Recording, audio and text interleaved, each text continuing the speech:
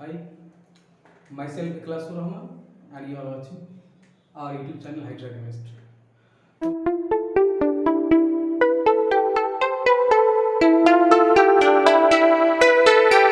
খুব একটা important topic, সেটা হচ্ছে সলিড স্টেট।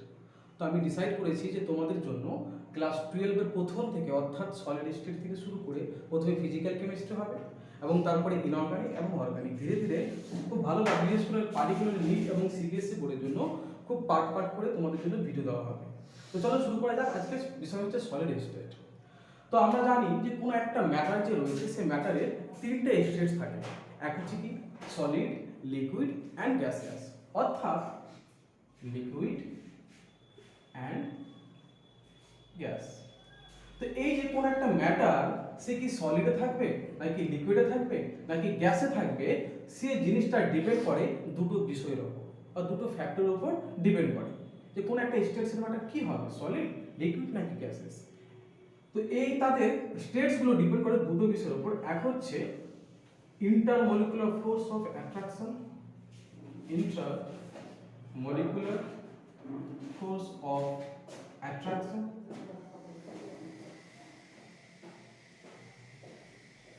and দ্বিতীয়ত হচ্ছে থার্মাল এনার্জি।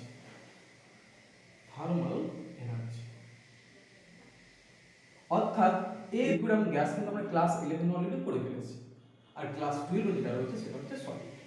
তো আজকে আমরা দেখব যে সলিড যে রয়েছে তার কিছু কিছু properties of solid. Properties of solid. তো কোন একটা সলিড সাবস্টেন্স রয়েছে, সে সলিড সাবস্টেন্সটা সে অনেকগুলো কনস্টিটিউয়েন্ট পার্টিকেল নিয়ে সে গঠিত।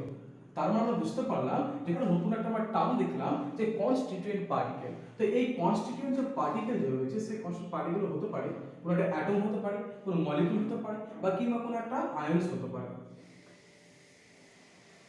কনস্টিটিউয়েন্ট পার্টিকেল, ওকে। তো এই কনস্টিটিউয়েন্ট পার্টিকেলগুলো কি কি হতে পারে? এক হচ্ছে অ্যাটমস, সেকেন্ড হচ্ছে মলিকিউলস, এবং থার্ড হচ্ছে আয়নস। অর্থাৎ কোন একটা কনস্টিটিউয়েন্ট পার্টিকেল যে রয়েছে, সে অ্যাটম হতে পারে, মলিকিউলস হতে পারে, কিংবা আয়নস হতে পারে। অর্থাৎ এক কথায় এই তিনটিকে আমরা বলবো কনস্টিটিউয়েন্ট পার্টিকেল। তাহলে এই সলিড যে সাবস্টেন্স, যে কোনো সলিড সাবস্টেন্সেস, তারা অনেকগুলো, অর্থাৎ ইনফাইনাইট, অর্থাৎ এন নাম্বার অফ পার্টিকেলস বা N number of Avogadro number of constituent particle কিন্তু গঠিত। আর সেই কনস্টিটিউয়েন্ট পার্টিকেলগুলো যে রয়েছে সেগুলো দেখতে কিরকম, একটা স্ফেরিক্যাল টাইপ হিসেবে ধরা হয়, স্ফেরিক্যাল টাইপ হিসেবে ধরা হয়। আর এই যে সলিড যে সাবস্টেন্সেস যে রয়েছে, তাদের মধ্যে কনস্টিটিউয়েন্ট পার্টিকেলগুলো কিন্তু খুবই ক্লোজ প্যাক থাকে, ওকে। তো আমরা দেখলাম যে কোন একটা সলিড যে সাবস্টেন্সেস তাদের মধ্যে পার্টিকেলগুলো খুবই ক্লোজ, অর্থাৎ খুবই কাছাকাছি থাকে, এবং এই কনস্টিটিউয়েন্ট পার্টিকেলের মাঝের অংশ বা ফাঁকা স্থান কিন্তু নেই বললেই চলে, একটা খুবই কাছাকাছি থাকে। কিন্তু লিকুইডের ক্ষেত্রে, অর্থাৎ আমরা যদি সলিড থেকে লিকুইডের দিকে মুভ করি, তবে আমরা দেখব যে লিকুইডের ক্ষেত্রে তাদের যে কনস্টিটিউয়েন্ট যে পার্টিকেল, তারা কিন্তু একটু দূরাদূরি থাকে, অর্থাৎ তাদের মাঝে কিছুটা গ্যাপ থাকে। But in case of gaseous substances, গ্যাসের ক্ষেত্রে তাদের মাঝে যে ফাঁকা জায়গা অনেকটা কিন্তু বেশি, ওকে।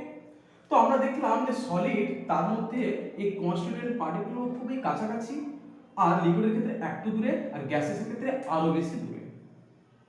তার মানে এখানে আমরা বুঝতে পারলাম যে কোন সলিড যে রয়েছে তার মধ্যে তাহলে এই ইন্টারমলিকুলার ফোর্স অফ অ্যাট্রাকশন কি অবশ্যই বেশি, আর অনেক বেশি বলে এই সলিডগুলো কি তারা একটা কিন্তু তাদের একটা রিজিডিটি ভাব এবং ইনকম্প্রেসিবল একটা ভাব থাকে, অর্থাৎ খুবই একটা রিজিড এবং খুব একটা হার্ডনেস, এবং তাদের মেল্টিং পয়েন্ট কি হয়, খুব বেশি হয়। তার কারণ হচ্ছে যে সলিডের মধ্যে যে কনস্টিটিউয়েন্ট যে পার্টিকেল, তাদের মধ্যে ইন্টারমলিকুলার ফোর্স অফ অ্যাট্রাকশন বেশি।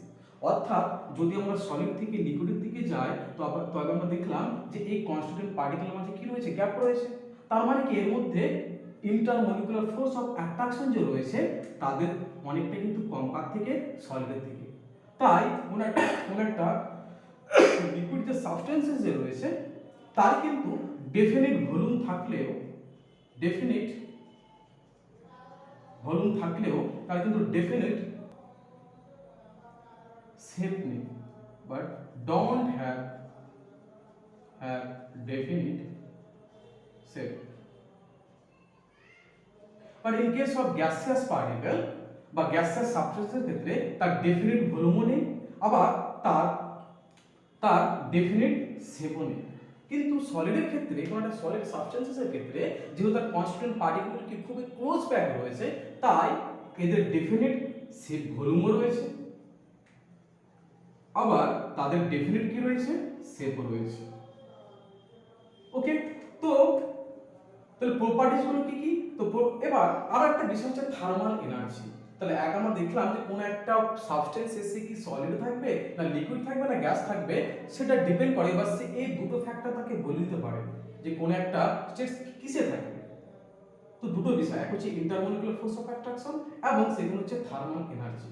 তো আমরা দেখলাম যে যার মধ্যে যত বেশি ইন্টারমলিকুলার ফোর্স অফ অ্যাট্রাকশন বেশি থাকবে সে তত কি গ্যাস থেকে লিকুইডের দিকে আসবে। এবার থার্মাল এনার্জি কি?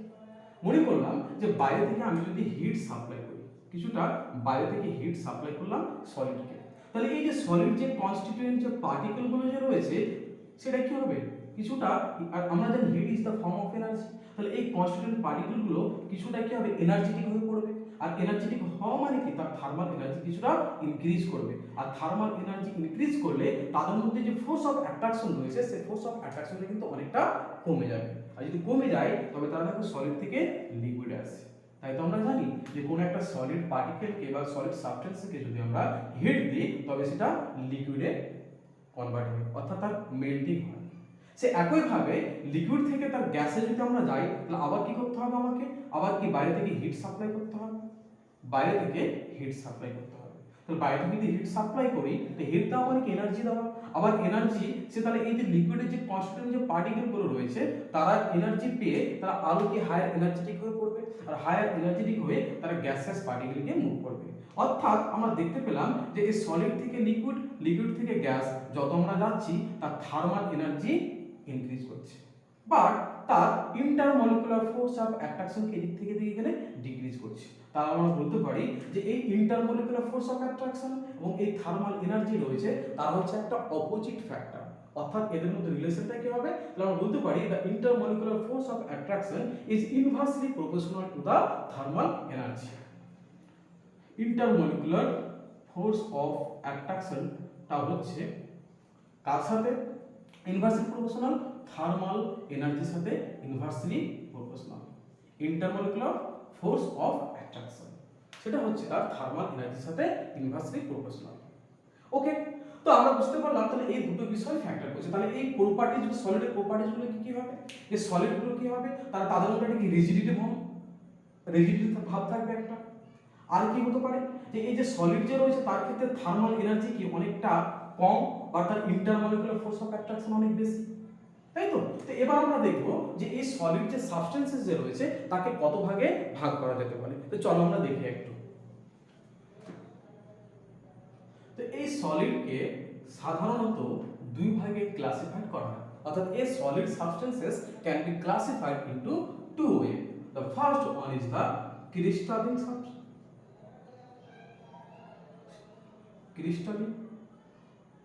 solid, and second one is amorphous solid. Okay, তো আমরা দেখলাম এই সলিডকে দুই ভাগে ভাগ করা হয়, একটা হচ্ছে ক্রিস্টালিন সলিড আর একটা হচ্ছে অ্যামরফাস সলিড।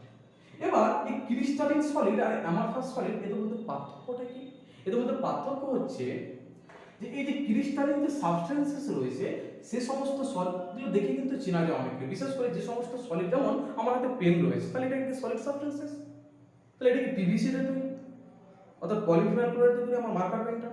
তাহলে এই মার্কার পেনটা সে কি ক্রিস্টালিন সলিড নাকি অ্যামরফাস সলিড, সেটা কি করে বুঝবো? যদি কোনো একটা সলিড সাবস্টেন্সেসকে হাতে নিয়ে যদি দেখে একটু তার একটু ধারালো ভাব থাকে, একটা শার্পনেস ভাব থাকে, তাহলে সেটা কি হবে, ক্রিস্টালিন সলিড। আর যদি কোনো একটা স্মুথ ভাব হয় তাহলে সেটা কি হবে, অ্যামরফাস সলিড। তো চলো এবার দেখা যাক যে এদের মধ্যে বেসিক যে ডিফারেন্স বা তাদের যে ক্যারেক্টারিস্টিক যে রয়েছে সেগুলো আমরা একটু দেখব। তো একদিকে আমরা দেখব properties of crystalline solid, properties of crystalline solid, properties of crystalline solid. আর একদিকে দেখব আমরা properties of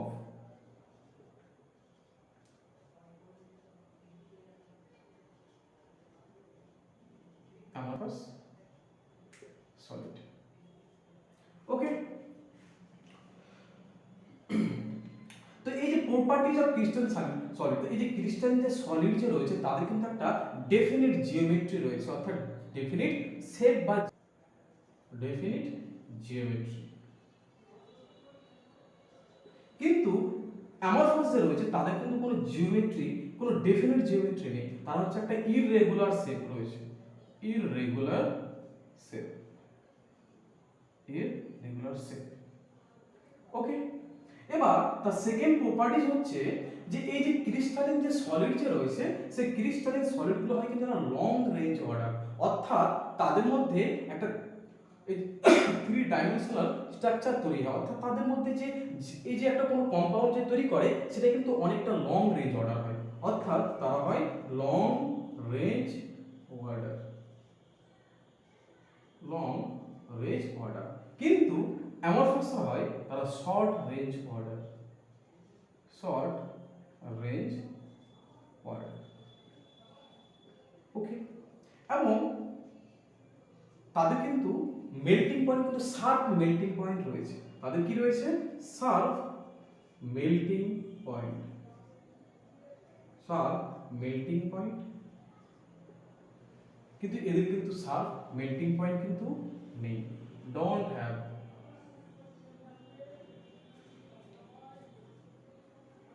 sharp melting point, don't have sharp melting point. এবার এই যে ক্রিস্টালিন যে সলিড রয়েছে তাদেরকে কিন্তু অনেক সময় ট্রু সলিড বলে পরিচিত, অর্থাৎ the crystal true solid, also called true solid.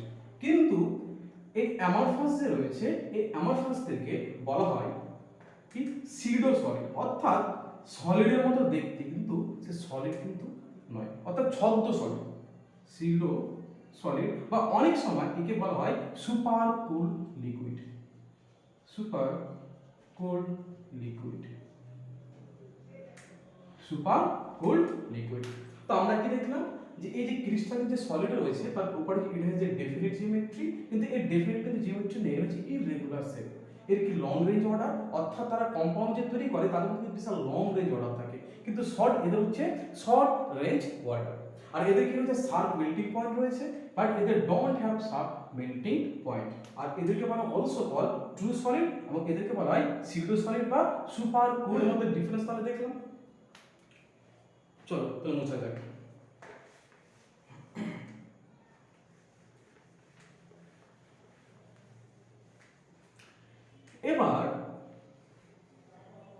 এবার এই ক্রিস্টালিন যে সলিড যে রয়েছে সেই ক্রিস্টালিন সলিডকে কিন্তু আবার চার ভাগে ভাগ করা হয়।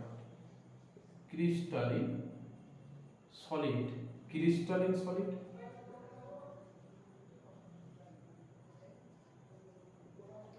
সেকেন্ড হচ্ছে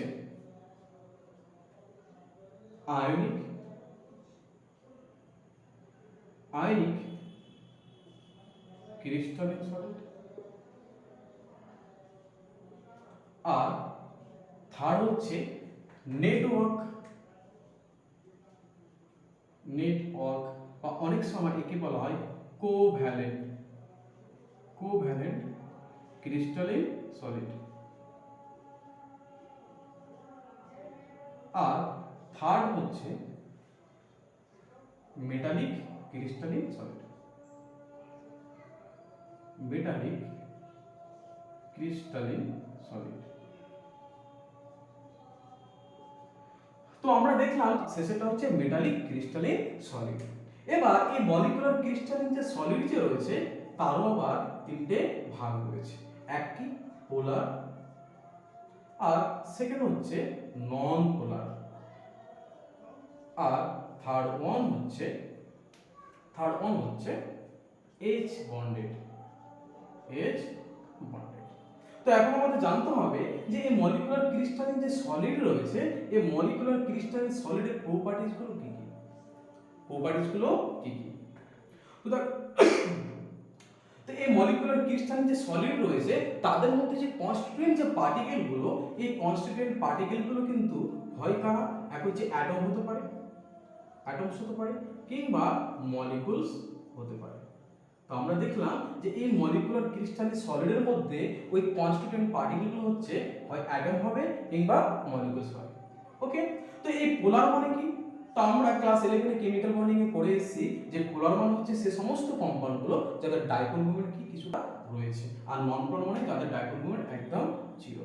তো পোলার কম্পাউন্ডগুলো কি কি হতে পারে? এক হতে পারে যে সলিড সালফার ডাইঅক্সাইড আর এক্সাম্পল। আর কি হতে পারে? সলিড অ্যামোনিয়া, হিলিয়াম, নিয়ন, হাইড্রোজেন, অক্সিজেন এটসেট্রা। অর্থাৎ মিথেনল রয়েছে। তাহলে এই সমস্ত গ্যাসগুলো হচ্ছে তারা কি সলিড, হিলিয়াম, নিয়ন, হাইড্রোজেন, অক্সিজেন, মিথেন সমস্ত কিছু তারা কিন্তু নন পোলার ক্রিস্টালিন সলিড। এবার H বন্ডেড কি কারণ? এবার অনেক সময় আমরা জানি যে কোন একটা লিকুইড সে যদি ফ্রিজিং এরিয়ায় অর্থাৎ তার ফ্রিজিং পয়েন্টে গিয়ে পৌঁছায় তাহলে সে কি আইস তৈরি করে, তাই তো? তাহলে এই যে একটা আইস যে রয়েছে সে আইসও একটা কি কোন একটা সলিডের মধ্যে পড়লে অর্থাৎ লিকুইড থেকে যখন সে তার ফ্রিজিং পয়েন্টে পৌঁছায় তখন সে আইসে গিয়ে পরিণত হয়। তাহলে এই আইসটা কি একটা সলিড, বাট কি ধরনের সলিড? সেটা হচ্ছে H bonded molecular crystalline solid. তো তার এক্সাম্পলটা কি হবে? তার এক্সাম্পল হচ্ছে আইস।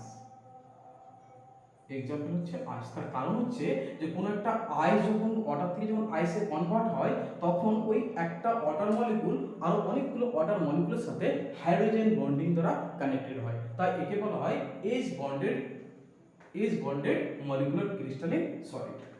ওকে, তো আমরা মলিকুলার ক্রিস্টালিন সলিড জানলাম। এবার আমরা জানবো যে আয়নিক ক্রিস্টালিন সলিড কি, net off covalent crystalline solid কি, আর এটা হচ্ছে মেটালিক ক্রিস্টালিন সলিড কি। তো চলো দেখা যাক, মুছে দেওয়া যাক।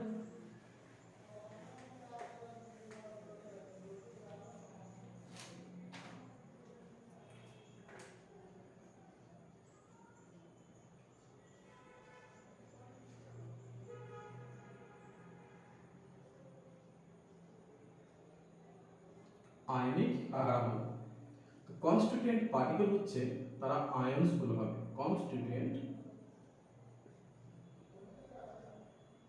কনস্টিটিউয়েন্ট পার্টিকেল তারা কারা হবে? আয়নস হবে। আর আয়নস আমরা জানি there are two types of ion, প্রথম হচ্ছে ক্যাটায়ন এবং সেকেন্ড হচ্ছে অ্যানায়ন।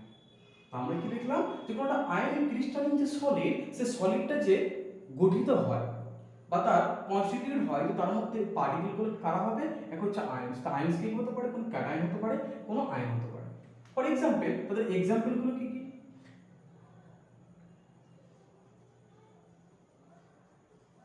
এক্সাম্পল হচ্ছে যেমন সোডিয়াম ক্লোরাইড, সে একটা আয়নিক কম্পাউন্ড। তার কারণ হচ্ছে যে সোডিয়ামকে যদি আমরা তার জলীয় দ্রবণে নিই তবে কি হবে? Na+ অ্যান্ড Cl- যে রয়েছে তারা কিন্তু ভাঙতে পারে। তাহলে এখানটায় কনস্টিটিউয়েন্ট পার্টিকেল গুলো কারা? এক হচ্ছে সোডিয়াম ক্যাটায়ন এবং ক্লোরাইড অ্যানায়ন। অর্থাৎ এই সমস্ত সোডিয়াম এবং ক্লোরিন বা সোডিয়াম প্লাস এবং ক্লোরাইড আয়ন হচ্ছে তারা হচ্ছে কনস্টিটিউয়েন্ট পার্টিকেল। আর কি কি एग्जांपल হতে পারে? আর হতে পারে জিঙ্ক সালফেট হতে পারে, অর্থাৎ Zn+2 আর সালফার 2 এসে ভাঙতে পারে। Zn+2 আর সালফার 2 এসে ভাঙে। আর কারা হতে পারে? পটাশিয়াম সালফেট হতে পারে। অর্থাৎ যে সমস্ত আয়নিক এবার হচ্ছে যে এদের মধ্যে কি ধরনের অ্যাট্রাকশন ফোর্স দেখা যায়। আমরা জানি যে কোন একটা দুটো যদি চার্জ থাকে, এটা একটা পজিটিভ, এটা একটা নেগেটিভ, তাহলে তাদের মধ্যে কি ধরনের অ্যাট্রাকশন ফোর্স থাকবে? সেটা হচ্ছে ইলেকট্রোস্ট্যাটিক ফোর্স অফ অ্যাট্রাকশন। অর্থাৎ কোন একটা আয়নিক ক্রিস্টালিন যে সলিড যে রয়েছে, সে আয়নিক ক্রিস্টালিন সলিড গুলোর মধ্যে ওই যে কনস্টিটিউয়েন্ট যে পার্টিকেল রয়েছে তাদের মধ্যে একটা ইলেকট্রোস্ট্যাটিক ফোর্স অফ অ্যাট্রাকশন দ্বারা খুব কাছাকাছি থাকে। অর্থাৎ তাদের মধ্যে যে কনস্টিটিউয়েন্ট যে পার্টিকেলগুলো রয়েছে, এই কনস্টিটিউয়েন্ট পার্টিকেলের মধ্যে কি রয়েছে? ইলেকট্রোস্ট্যাটিক ফোর্স অফ অ্যাট্রাকশন, অর্থাৎ ইলেকট্রোস্ট্যাটিক ফোর্স অফ অ্যাট্রাকশন দ্বারা তারা কানেক্টেড থাকে। Electro force of attraction, electrostatic force of attraction দ্বারা কানেক্টেড থাকে। এবার তাদের প্রপার্টিজ গুলো কি কি, যে যে আয়নিক ক্রিস্টালিন যে সলিড রয়েছে তারা কিন্তু এক নরমাল কন্ডিশন বা তাদের সলিড ফর্মে কিন্তু তারা ব্যাড কন্ডাক্টর অফ ইলেকট্রিসিটি। তাহলে আরো একটা আমরা পয়েন্ট দেখলাম, যে পয়েন্টগুলো কি দেখলাম, যে ionic solids are bad conductor of electricity in its solid state। তাহলে এই সমস্ত আয়নিক ক্রিস্টালিন সলিড তারা কিন্তু ব্যাড কন্ডাক্টর অফ ইলেকট্রিসিটি হয়, বাট তাদের যদি অ্যাকোয়াস সলিউশন না হয় তারা কিন্তু ক্যাটায়ন এবং অ্যানায়নে কিন্তু তারা ডিসোসিয়েট হতে পারে এবং ইলেকট্রিককে কন্ডাক্ট করে। বাট নরমাল কন্ডিশন অর্থাৎ তাদের সলিড অবস্থায় কিন্তু তারা কিন্তু ব্যাড কন্ডাক্টর অফ ইলেকট্রিসিটি হয়ে থাকে। এবার দেখবো আমরা যে নেটওয়ার্ক ক্রিস্টালিন সলিড বা কোভ্যালেন্ট ক্রিস্টালিন সলিড কাকে বলে এবং তাদের প্রপার্টিজ গুলো কি কি, চলো একটু দেখা যাক।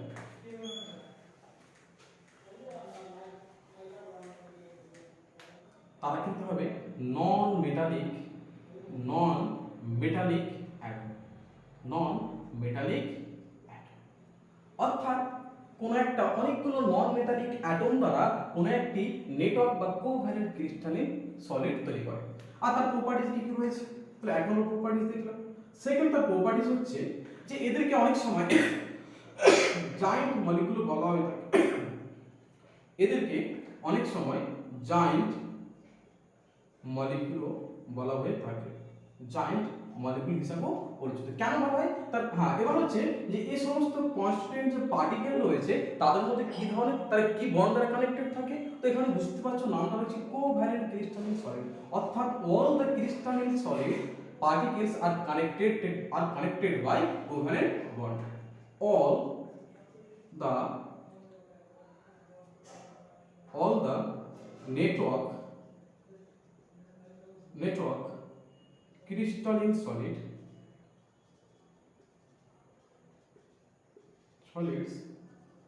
are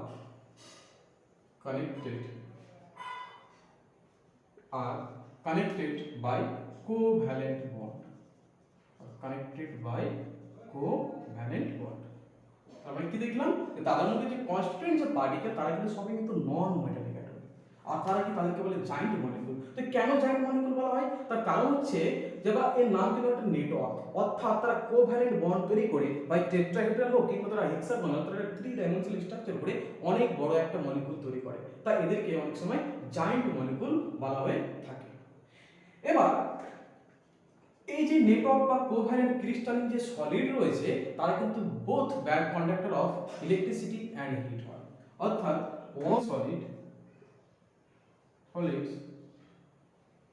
all the network crystalline solids are bad conductor of electricity except হচ্ছে গ্রাফাইট and ব্রোম নাইট্রাইট।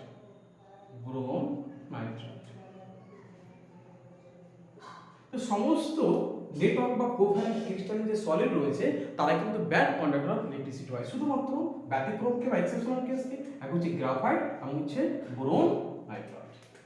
ওকে, এবার এই যে অল দ্য কোভ্যালেন্ট এবং ফিফথ নাম্বার প্রপার্টি হচ্ছে যে all the network crystalline solids are hard substances except graphite,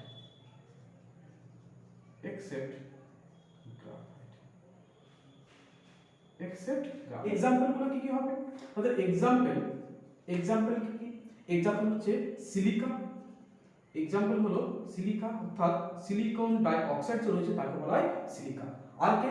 silicon carbide, silicon carbide, silicon carbide অর্থাৎ সেখানটা আবার লিখছি, জায়গা নেই, বুঝতে পারছো জায়গা খুব ছোট, বোর্ড খুব ছোট, সরি। তো এক্সাম্পল কি কি বললাম?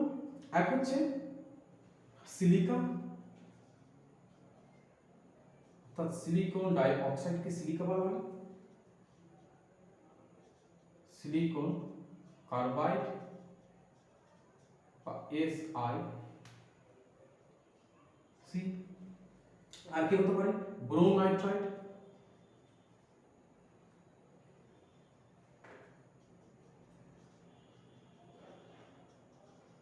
বা Bn, graphite, diamond, all the example, all the solid substances are example of network or covalent crystalline solid। তাহলে আমরা আয়নিক নেটওয়ার্ক বলতে শেষ করলাম। এবার হচ্ছে মেটালিক ক্রিস্টালিক সলিড। এবার তাদের কিছু প্রপার্টিজ দেখব এবং এই মেটালিক ক্রিস্টালিক যে সলিড রয়েছে তাদের যে কনস্টিটিউয়েন্ট পার্টিকেল সেটা কি ধরনের হয়, অ্যাটমস থাকে, মলিকিউলস থাকে, নাকি কোনো আয়নস থাকে। মেটালিক ক্রিস্টালে তার প্রপার্টিজ পড়ার আগে আমরা একটা মডেল করব, যে মডেলের নাম হচ্ছে electronic sea model, electronic sea model. তা এখন কোশ্চেন হলো যে ইলেকট্রনিক সি মডেল আবার কোথা থেকে আসবে, কি জিনিস? তো চলো দেখো, খুবই মজার একটা জিনিস। আচ্ছা, মনে করলাম যে আমি একটা আয়রন রড নিলাম, আয়রন রড নিলাম, ওকে। এবার একটা আয়রন যে রড যে নিয়েছি, সরি রডটা অনেক মোটা মনে হচ্ছে, একটু পাতলা করে দিলাম, ঠিক আছে ঠিক আছে। এবার এই যে আয়রন যে রড, সে আয়রন রডের মধ্যে কি শুধুমাত্র একটাই কি আয়রন মলিকিউলস রয়েছে? নিশ্চয়ই না। তাহলে এদের মধ্যে কনস্টিটিউয়েন্ট পার্টিকেল গুলো কারা হবে? এই কনস্টিটিউয়েন্ট পার্টিকেল হচ্ছে সমস্ত মেটালিক অ্যাটম। তো তাদের কনস্টিটিউয়েন্ট পার্টিকেল গুলো, কনস্টিটিউয়েন্ট পার্টিকেল হচ্ছে মেটালিক অ্যাটম, মেটালিক অ্যাটম, ওকে। তাহলে এই সমস্ত কোনো একটা মেটালিক যে ক্রিস্টালিক যে সলিড রয়েছে সেখানে কিন্তু মেটালিক অ্যাটম থাকে, অর্থাৎ তারা মেটালিক অ্যাটমগুলো তারা ইন্টারমলিকুলার ফোর্স অফ অ্যাট্রাকশন দ্বারা খুব ক্লোজ প্যাক থাকে। এবার হ্যাঁ, এবার ইলেকট্রনিক সি মডেলটা কি? তো এবার ইলেকট্রনিক সি মডেল বুঝতে গেলে একটা এক্সাম্পল নেওয়া যাক। মনে করলাম যে কোনো একটা আয়রন রড নিলাম, এবার এই আয়রন রডের মধ্যে সেখানে কি একটাই কি আয়রন রয়েছে? নিশ্চয়ই না। সেখানে কতগুলো রয়েছে? nth নাম্বার, অর্থাৎ অ্যাভোগাড্রো নাম্বার কি রয়েছে? এখানে কোন একটা আয়রন অ্যাটম রয়েছে। এবার আমরা জানি যে আয়রন যে রয়েছে তার স্টেবল স্টেট হচ্ছে কিন্তু +2 কিংবা +3, অর্থাৎ +2 এবং +3 অক্সিডেশন স্টেট থাকতে ভালোবাসে। তাহলে এই প্রত্যেকটা অ্যাটম, প্রত্যেকটা আয়রন অ্যাটম তারা কি করবে? দুটো করে ইলেকট্রন রিলিজ করে, দুটো করে ইলেকট্রন রিলিজ করে তারা Fe2+ তে কনভার্ট হবে। তাহলে এই প্রত্যেকটা অ্যাটম অর্থাৎ অ্যাভোগাড্রো নাম্বার অফ আয়রন যে অ্যাটম রয়েছে তারা যদি প্রত্যেকে দুটো দুটো করে যদি ইলেকট্রন যদি এখানে ফ্রি করে দেয়, রিলিজ করে দেয়, তাহলে মনে হবে না যে এই একটা এই যে আয়রন একটা যে রড বা আয়রন একটা যে প্লেট নিয়েছি তার মধ্যে কি ইলেকট্রন একটা কি সমুদ্র একটা কি সি তৈরি হয়েছে? বুঝা গেছে? তাহলে এটাই হচ্ছে ইলেকট্রনিক সি মডেল। আসলে কিছুই না। তাহলে ইলেকট্রনিক সি মডেলটা কি? যে কোনো একটা আমরা যে কোনো একটা মেটালের কিন্তু রড নিই আর আমরা জানি প্রত্যেকটা মেটাল তার কিন্তু তাদের স্টেবল অক্সিডেশনটা থাকতে ভালোবাসে। আর যদি তারা অ্যাটম থেকে তাদের স্টেবল অক্সিডেশনে যায় তাহলে হয় তাকে কি করতে হবে? ইলেকট্রন রিলিজ করতে হবে। আর এই ইলেকট্রন রিলিজগুলো করে কোথায় থাকবে?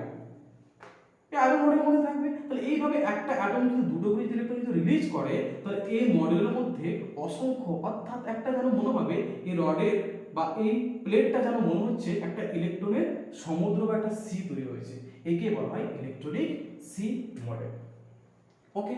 এবার তাহলে এই যে ইলেকট্রনিক সি মডেল, তাহলে আমরা দেখলাম যে কোনো একটা মেটালিক ক্রিস্টালিন যে সলিড রয়েছে তাদের মধ্যে কিন্তু অনেক ফ্রি ইলেকট্রন রয়েছে।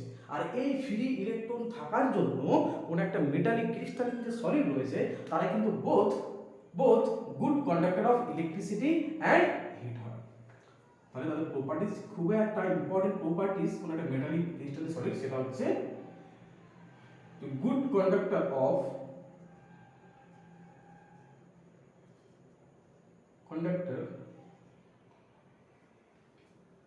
অফ both electricity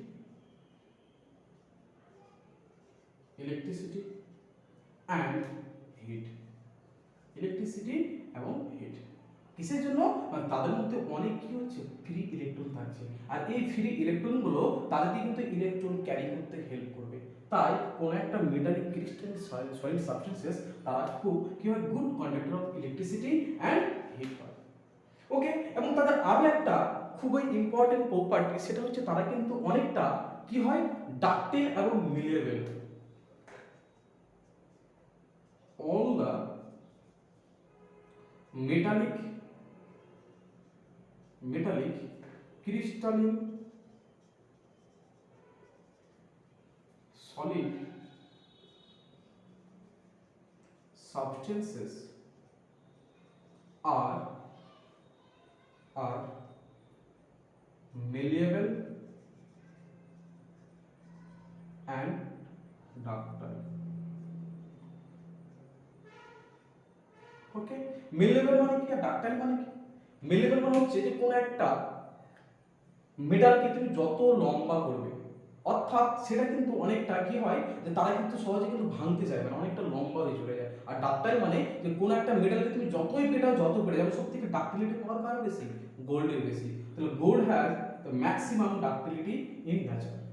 ওকে, তাহলে আমরা দেখলাম যে গোল্ড যে রয়েছে তার কিন্তু সবচেয়ে কিন্তু কি রয়েছে, মেলিয়েবল অ্যান্ড ডাকটাইল প্রপার্টি রয়েছে। malleable and ductile property রয়েছে। ওকে, কেন? তার কারণ হচ্ছে, তাই তুমি দেখবে যে গোল্ড দিয়ে কি হয়, আমাদের অনেক সময় অর্নামেন্ট তৈরি, অর্থাৎ গয়না তৈরি হয়। তার কারণ তুমি গোল্ডকে ইচ্ছে মতো পেটাতে পারবে, যে কোনো ডিজাইন তৈরি করতে পারবে। কেন? তার কারণ হচ্ছে তার মেলিয়েবল এবং ডাকটাইল প্রপার্টি কিন্তু প্রচুর বেশি। তাহলে এই যে মেটালিক যে ক্রিস্টালিন সলিড, তার एग्जांपल গুলো কি কি হবে? তার एग्जांपल হচ্ছে gold, silver, copper, iron etcetera.